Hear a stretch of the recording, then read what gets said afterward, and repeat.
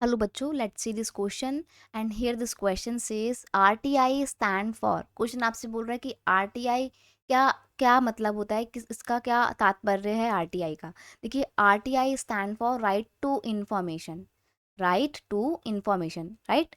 Right, RTI का मतलब होता है सूचना का अधिकार या right to information, and it has been given the status of fundamental right under the article 19(1) of the constitution.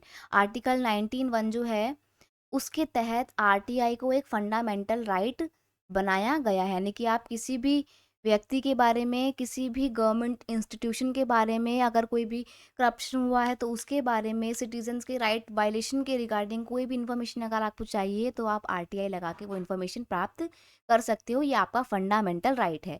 लेकिन इसकी भी कुछ शर्तें हैं।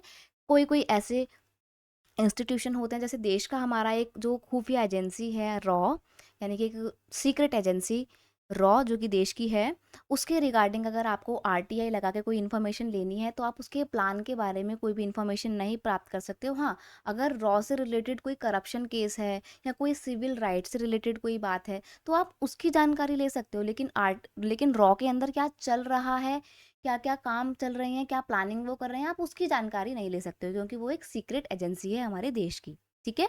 तो इस तरीके से आरटीआई के द्वारा आप किसी भी इंफॉर्मेशन को ले सकते हो और किसी भी तरीके की जानकारी प्राप्त करके आप अपने अधिकार की बात कर सकते हो। इसीलिए इसको एक फंडामेंटल यानी कि मौलिक अधिकार भी कहा जाता है। I hope you understood it well. Best of luck.